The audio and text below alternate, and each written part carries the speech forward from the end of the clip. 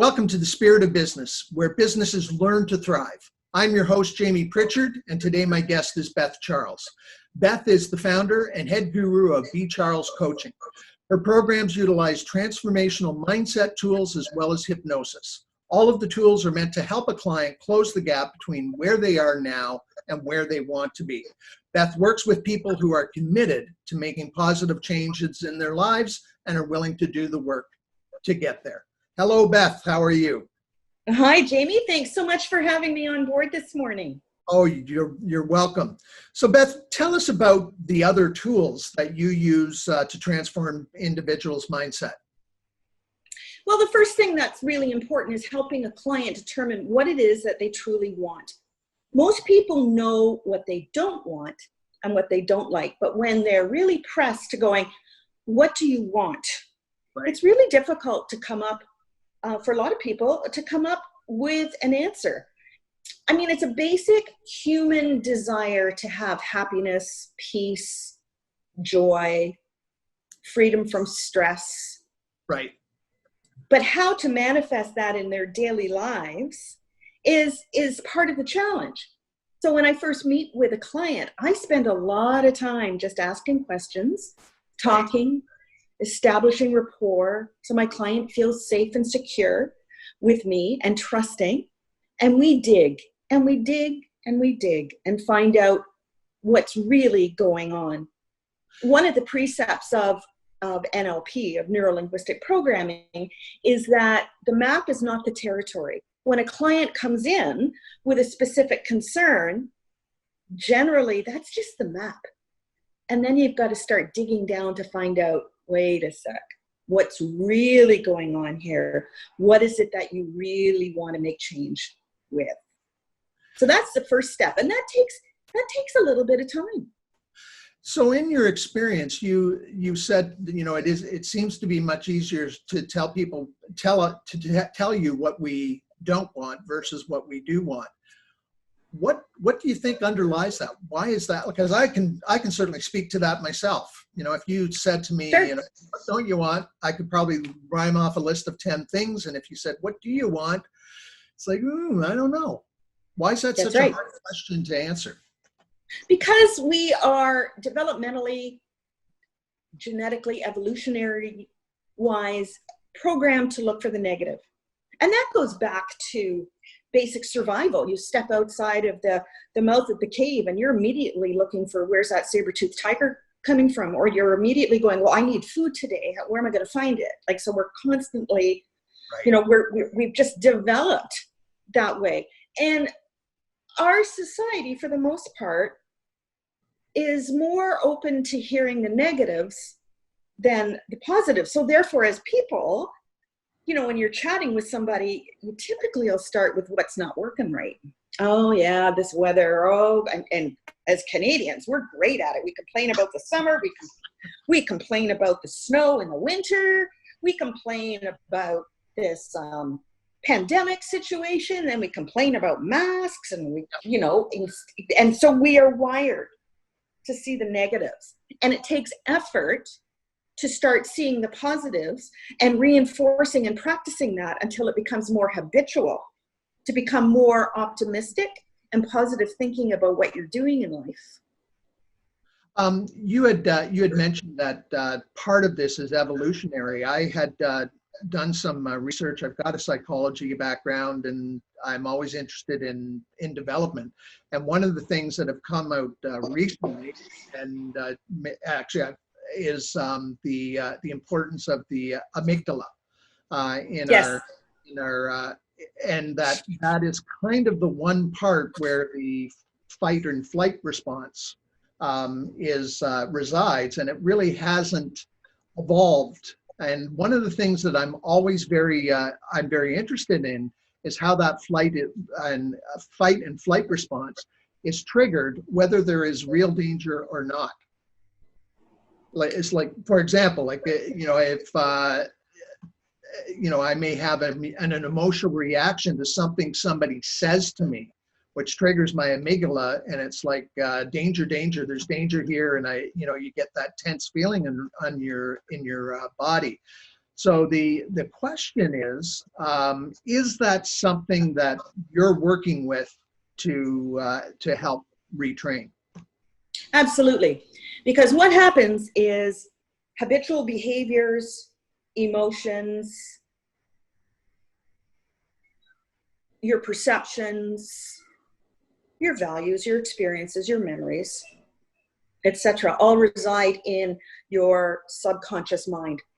And when you are faced with an immediate, urgent crisis of some sort that requires fast action, like that fight or flight, you're not getting a chance to use your conscious thinking to evaluate or mitigate risk. You're reacting quite quickly with your subconscious mind, where the amygdala resides, and it will go to whatever you've done in the past, whether it's effective or not. And a key thing to remember about the subconscious mind is that it doesn't know the difference between real, unreal, past, present, or future. It just gets the information, boom, there it is, and you take that as being real and want to react immediately. So it's based on the experience of times when you've been in a similar situation. It triggers that response. That's right. Right. It sees the danger, and it's just automatic. So every experience you have is stored, and because you're thinking, your brain is looking for similarities, and then just packages them all together under fear, under sad, under a number of different emotions. Okay. In a gestalt. So it all adds on. So it becomes your pattern of response without you even thinking. Okay. So you step in and with NLP, can you explain to us what that is again? NLP is using language to change how you process your world. Okay. So it's neuro-linguistic programming, right? Correct. So it's using language to change the neurology, to change the programming of the neurology, the thinking in your subconscious mind or unconscious. I use those terms interchangeably. It really depends who you talk about. Right. What is that storage spot of past experiences that you take as real? But what goes on in our unconscious mind can be easily distorted. It can be generalized. It can find similarities. It's the basis for your reality, but your reality is based on everything that you take in, and then your subconscious mind kind of files it as real, whether it is or not. Right, right. So it's using language right. to get that cleaned up. Yeah, fascinating. I've been in sales for about 30 years, and I'm finding a lot of trainings and learnings that I'm taking. Most of the other individuals, I'm part of a mastermind group, and one thing that it seems to be common with all of them is they are using some form of NLP, both for their mindset, not only for their mindset, but also in the language and the way that we approach sales. So instead of calling up and just saying, hey, I'm Jamie, I'm a mortgage broker, and you need to love me, give me 15 minutes, we are thinking in the terms of what's in it for them and what kind of language will get a reaction. So I'm very fascinated with it. And I know for a lot of listeners, the NLP, it's kind of like what chiropractic was, 30 or 40 years ago. They were kind of those quacks that did funny stuff, and they didn't follow the rules, but it is gaining a lot more into the mainstream. I'm curious, before you got into this, what's your background before you got into helping people transform their lives? Well, I think I've been doing it all my life. I spent 35 years in education. Okay. As a teacher and as an administrator. My specialty has always been special needs, high needs, behavioral, challenged mental health, street kids, alternative forms of education. Always, it's been that. So I've always been doing transformational work. It just depends what walls are around me. Right, right. So it's something that you were innate, and I'm always curious. I've got a degree in religious studies and minor in psychology. And one of the things that we always had to do through psychology, and the reasons I took religious studies, was to do some self-analysis and understand yourself. Do they do the same thing in NLP? Like, as you're learning the NLP, are you taught to sort of reflect on your own things and your own limiting beliefs? It's not part of the training per se, but it sure comes up awfully fast. And I can So you people start to will ask get questions. Yeah, you start to ask questions of yourself as you learn. That's right. That's right. And then because you have the tools and talents and skills, you better be dealing with it yourself in order to be dealing with other people with integrity. Okay. Plus, it improves your life. And I think that the research will show that people will get into a helping, mentoring, counseling, advising type profession because they've been there themselves and have had to do the work. Right. And then they feel so good about themselves and where they've come from and where they are that they want to reach out and help others. Exactly. So you have that within you. I'm curious, when you decided to get into this business, were there limiting beliefs that were holding you back? Could you give us an example of that? Oh, you're a few. You don't have by the minute. Well, you don't have to share all of them. What was one of the biggest, one or two that were holding? I'll tell you right off the mark. Like there's the classic, I can't do this. It's too hard. I don't have enough money. I've never had enough money. People don't like me. It all comes down to, after you dig and dig and dig and dig, I'm not worth it. I'm no good. Right. And all of these beliefs are installed in us by well-intentioned people around us, teachers, parents, neighbors, aunts, uncles, usually before the age of 7. Yep. Because as we get older, we can take in information, for the most part, take in information and go, no, I'm not taking that. I'm not wearing that.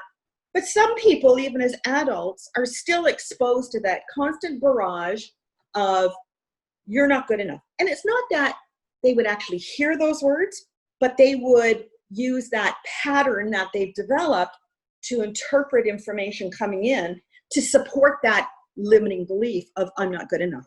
So it could be body language from a parent when you say something, something that they say, an offhand remark that goes into your mind. Yeah. It's the comments like, oh, don't be stupid. Oh, come on, you can do this. Oh, no, you're just a girl. Or big boys don't cry. Or come on, suck it up. Let's get on. Like those sort of things all reinforce that initial belief of, I can't, I won't, I'm not. So you mentioned, and I've that is something that is very common, and I came across this in my sales career where I had I had an analysis done on me, and the individual came to me, and this was probably about 5-6 years into my career, and I knew that this is where I wanted to be, and he flat out told me, you shouldn't be in sales. Oh, lovely. Yeah. Your personality does not fit. Well, I am in sales. And then I asked him the question, what things should I do? He said, well, there's not much you can do because this is all set from 7. So after talking to some of my other peers, he said much the same to a lot of the other peers. But I'm curious if it's true that a lot of our reactions, the way our subconscious reacts, is kind of set at age 7. How do we actually change that pattern, other than like somebody dies or you get cancer or some life-changing event that you're faced that you look in the mirror and think, I got to change? So besides like an actual event happening where you've got to, everything comes in front of you, How do you make those subtle changes, and how do you help people do that? Those changes need to happen in the unconscious mind or subconscious mind. Okay. It's one thing to wake up, look in the mirror and say, I got to change. But you've got years of well-informed limiting beliefs saying, no, you don't. You're just not good enough. Like, you just can't handle this. It's you just shouldn't be in sales. Like, you're not worth it. So that means, and there's a number of ways of getting back into the unconscious mind and changing those limiting beliefs really quite easily and elegantly. One of the tools I use is timeline therapy, which was part of my NLP training, Right. which allows us to go back into our deepest, furthest back memories and reframe them and find the positive learnings in them, Right. which will negate the negative emotion or the limiting belief that started. Very elegant, very elegant. Also, hypnosis will work too, to reprogram, change some of those limiting beliefs. A lot of people, so a very skilled therapist, a skilled coach is able to do that. A lot of people believe in affirmations because that's very common, it's very easy, and it's gazillion books on doing affirmations. Affirmations are part of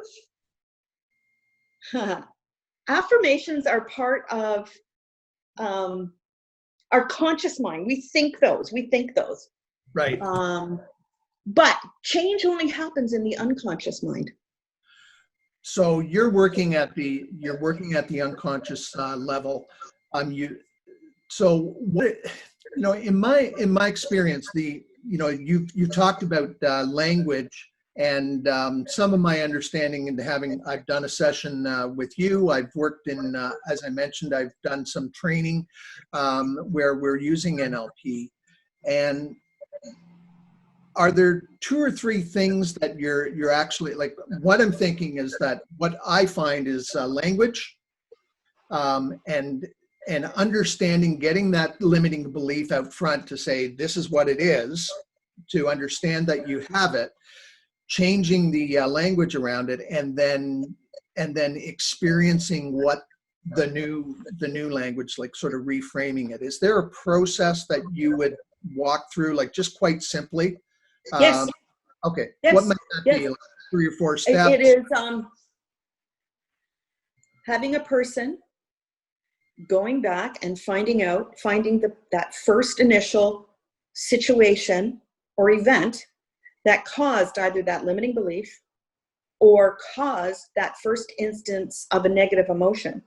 So now let me say though, Sure. Negative emotions have a purpose. We have those. That's part of our psyche. It's part of our humanity. What Right. happens for some people is that those anger, sadness, fear, hurt, guilt, shame all become bigger than necessary and become unwarranted in our everyday life. And it starts to affect our forward path. That's when negative emotions become an issue. So I don't want to say I live with no negative emotions, because that's not a truth. It's more of it. So identifying that trigger. So if I have a limiting belief that I'm not worthy, I developed that. I got that message from somewhere. So going back to, where did you first hear that message? And then you're trying to identifying. What would the next step be? Reframing it. Okay. What did you learn as a result of this situation? The positive learnings that come from it. Right. Which is like putting matter and antimatter together. It extinguishes. It extinguishes that negative emotion or that negative belief. Right. It's funny you mentioned that, because I was just, I had a couple of anxieties. I noticed I was worrying about some things, so I wrote down a couple of things, and I did exactly what you're saying. One was, the last couple of days I haven't made the calls that I've committed to making, so no calls scheduled. And I try to reframe it in the present where I am, not, I will, or, I am making 10 calls today. So that's going to happen after that. So the reframing, so the identifying and reframing, when you're reframing, or you're reframing that into a positive, you're identifying what was positive, because it wasn't just negative. It may be affecting you. Okay. And what's next? Then I have them come back from that event to now along their timeline. All of our events are ordered along a timeline. So back to the present. Right. And reframe every situation along the way. Now, this is not something your conscious mind is doing. Right. In fact, I will distract your conscious mind so I can deal with the unconscious mind, so that you're going through this without judgment, comment, evaluation. Right. It's very quick, but I don't want you thinking about it. This will come from your unconscious mind. Very relaxed. We'll step in and say, whoa, hey, just a second. Oh, yes, I don't want that. No, so I will, it's very trance-like, very, like if you were relaxed, calm, quiet, still, meditative, shut down the conscious thinking so I can get to where the work really needs to be done. All change, all meaningful change happens in the unconscious mind. You can decide consciously, okay, I'm going to make 20 calls today, but that's using willpower, and willpower is a conscious thought that has a fatigue time to it. Okay. What might be underlying that is your level of motivation, your emotional state, your state of being. Okay. There'd be a lot of questions to ask. Find out what's really going on. Why didn't you make those 10 calls? What got in the way? So you're bringing people back to the present, identifying, reframing, bringing them back to the present to understand how this is affecting them now. Correct. Okay. And what's now? next? Let me add a caveat here. This is in a coaching environment. This is for people who just want to feel better, want to reach some specific goals. Right. I need to stay in my own lane as an NLP timeline therapy hypnosis coach. Yep. Serious trauma, serious diagnoses, they're in somebody else's lane. And I will refer out. But most people, you do a lot of upfront on your first meeting. You do a lot of upfront, and I'm sure that part of that is making sure that you're able to help this individual. That's right. Most people just want to feel happy. Okay.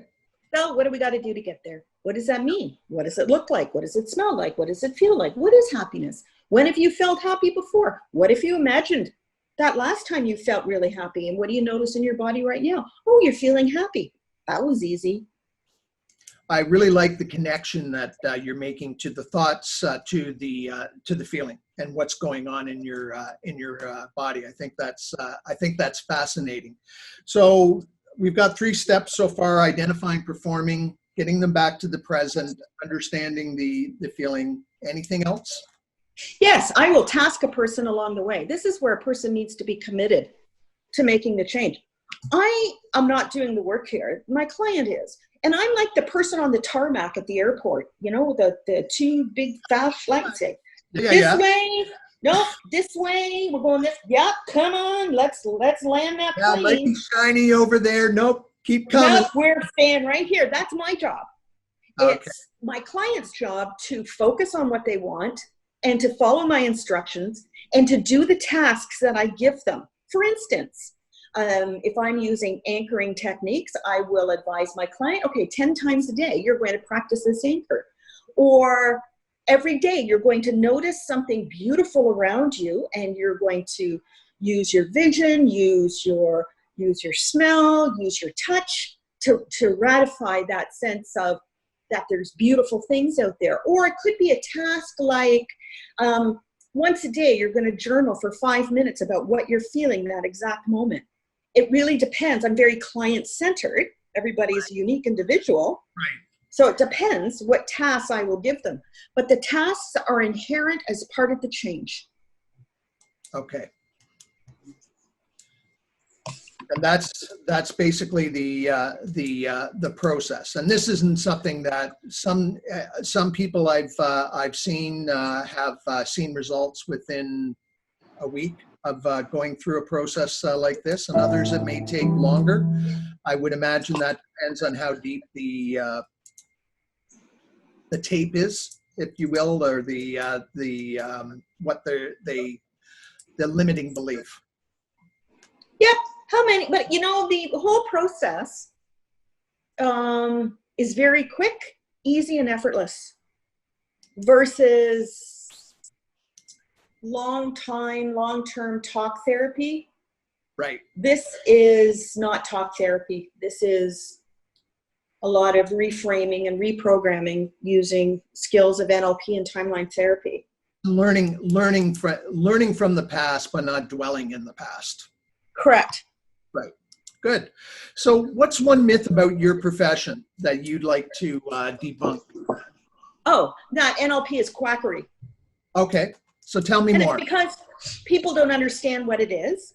Right. We've been indoctrinated through a well-entrenched system to believe this and follow this. Right. Where there's this over here. So people are suspicious if it falls outside of conventional intervention.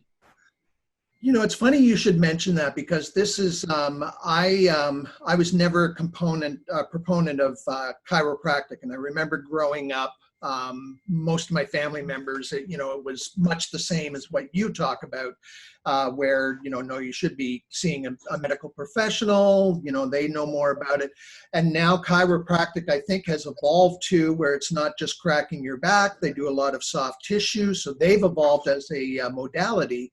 And most people now that I know have, including myself, have had some form, and it's into the mainstream. I'm finding the same thing with NLP. I think maybe if we were talking 10 years ago where it was fairly new, and that happens with any new modality before it becomes mainstream. So how do you overcome some of that big myth?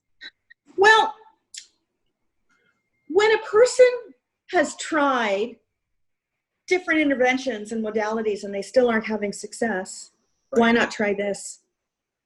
Right.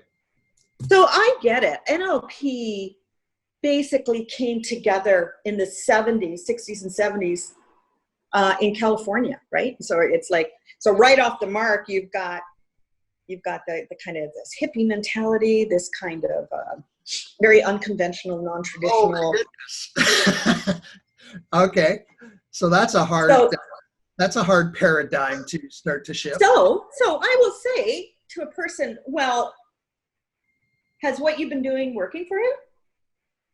Right. And they say, well, no, not really. Oh, why don't you try this? Because here's the deal. We all find our ways to cope through life. And this is just another one of those interventions, a coping strategy that a person might want to investigate and explore. Right. Okay. Tell us what resources do you use? What are some great resources that you use? Books, people, training that you use in your business, in your business, and or even personally, to keep you motivated? I have a cadre of colleagues that we all went through training together, that we stay in pretty close contact and bounce ideas off of. Now, this NLP is a jumping off spot for other, what I would say would be non-traditional, non-conventional types of interventions that are effective. And I'm always going for more training, more information. I mean, it's pretty easy in this day and age to stay connected to sources of information and research outside of just books.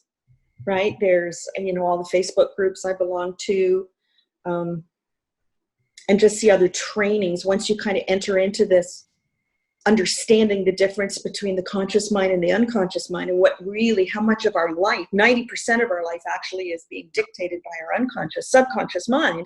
Once a person can understand that they're really only operating with 10% and that there's a whole whack more, you kind of go, whoa,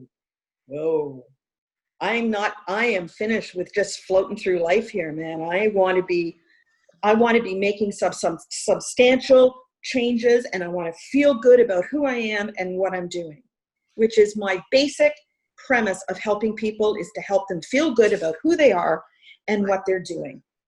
So one of your key resources is staying connected to the people that you trained with, and Yes.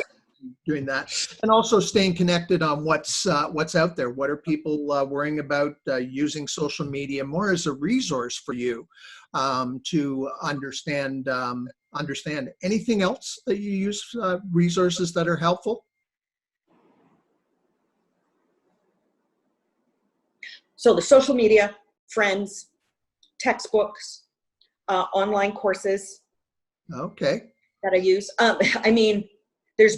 There were some great international gatherings, conventions, Yep. that are now completely virtual and online. But you see, the unconscious mind is so vast and so underestimated in terms of what it can do to change our lives, that I think that that's a completely ongoing place to research and investigate. Well, yeah, you're trying to understand the brain, and we only, I think, I don't know what the research I've seen is, we only really utilize about 5 to 7% of that. And I've always thought, boy, if we could just double that capacity. Absolutely. 12%. Double it, way more than double it. We don't even, what else could we be capable of? That's fascinating. That's fascinating. If you were in my shoes, what question might you ask yourself that I haven't asked you?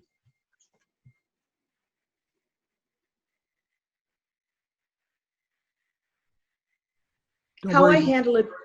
Go ahead. How I handle adversity. So how do you handle adversity, Beth?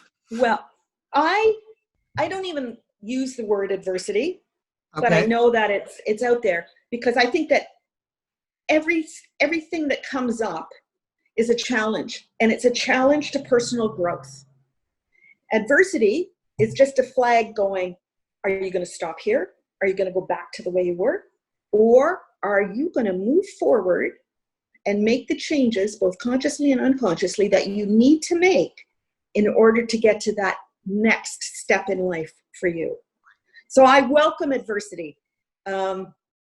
For your viewers and listeners, on obvious adversity was getting my technology happening this morning for this interview, and I was extremely tempted to just toss everything out in the backyard. Yep. But that would not serve. So now I have an opportunity to learn from this about how to get all of this stuff working for the next time something like this happens. So I look at every challenge, every adversity is an opportunity to learn and grow. And God knows I've been learning and growing. Last question. What does the spirit of business mean to you? It means, the spirit of business means being able to connect with people at a deeper level, to establish rapport with people so that we are on the same page, right, and understanding that at some level we're all connected. Right. So I want to tap into that connective power, right, establish rapport, and be able to relate more effectively with a person. That is so powerful. Beth, one of the things I like about what you do is when I think of your business, is you truly do care. And when I started this podcast, the one thing that I found made people successful was, one, they had a real sense of purpose. They understood that they either had a gift, they went out, and two, they had a plan on how to use that purpose to make a profit. And third thing, I think the most important thing is they have compassion for other people. And I certainly see that in you, and I know whatever you do, and as you continue on this journey, that your business is going to be very successful. If people want to connect with you, where can they find you? They can find me online at bcharlescoaching.com, or they can find me on Instagram at Beth Charles. Okay. Well, which is where that's where I like hanging out recently, is on Instagram.